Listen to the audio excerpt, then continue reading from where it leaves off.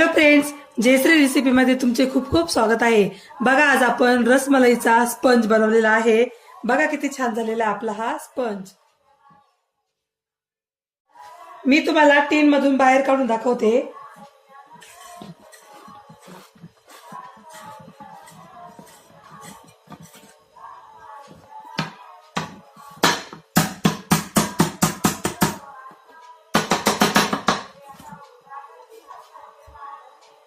बघा किती छान झालेला आपला हा स्पंज। आपण हा स्पंज कशा प्रकारे बनवला हे आपण पुढे रेसिपी मध्ये कंटिन्यू करूया। चला तर मग रेसिपीला सुरुवात करूया। बघा, येथे आपण 125 ml चा कप घेतलेला आहे आणि पूर्ण भरून घेतलेला आहे आपण प्रीमिक्स। येथे मी गुडरीचचं प्रीमिक्स वापरलेला आहे।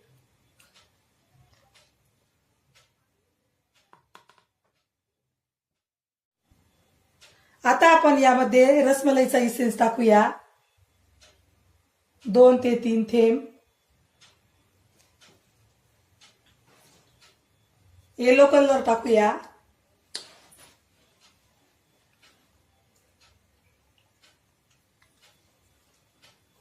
4-5 थेंब।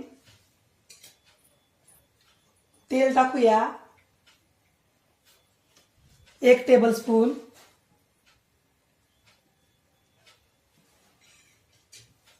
आता आपल्याला यामध्ये दूध टाकायचे आहे। येथे तुम्ही पाण्याचाही वापर करू शकता।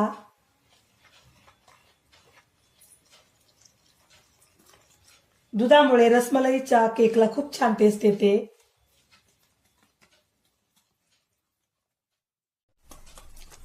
आपल्याला हे मिश्रण एकाच दिशेने अशा प्रकारे फेटून घ्यायचं आहे।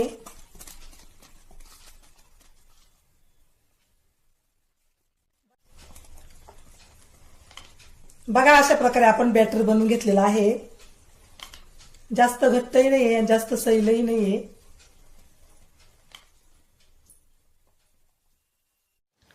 बघा, आपण इथे एक टीन घेतलेला आहे। आता या टीनला आपण सर्व बाजूनी तेल लावलेलं आहे आणि आपण खाली बटर पेपरही लावलेला आहे आणि बटर पेपरलाही तेल लावलेलं आहे।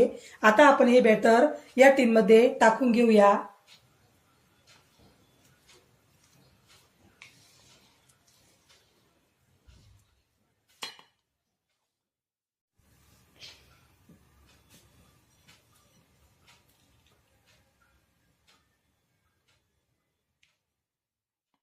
आता आपण या टीनला टॅप करून घेऊया, जेणेकरून या मिश्रणातली हवा सर्व बाहेर निघून जाईल आणि स्पंज फुगण्यास मदत होईल।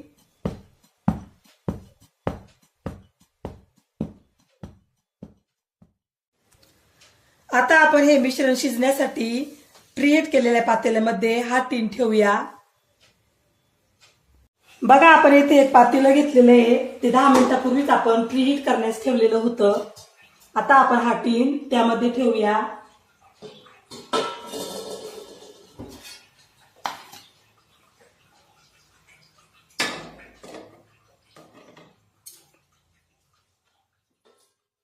आता आपण पातेल्यावर झाकण ठेवूया।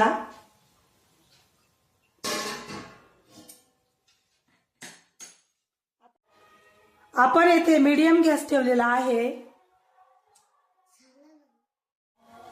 नंतर आपण 10 मिनिटांनंतर झाकण उघडून बघूया। आता आपण झाकण उघडून बघूया।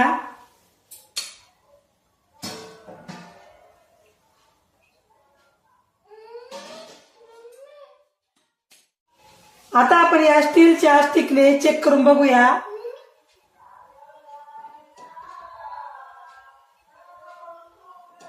बघा, आपला स्पंज आता छान शिजलेला आहे। आता आपण गॅस बंद करूया।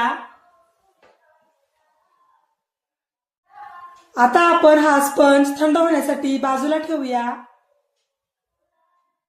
बघा, येथे आपला रसमलाईचा स्पंज तयार झालेला आहे। बघा किती छान झालेला आहे आपला हा रसमलाईचा स्पंज। तुम्हाला जर हा स्पंज आवडला असेल तर तुम्ही माझी रेसिपी एकदा नक्की ट्राय करून बघा। चला तर मग पुन्हा भेटूया अशाच नवीन रेसिपी मध्ये। तोपर्यंत बाय बाय।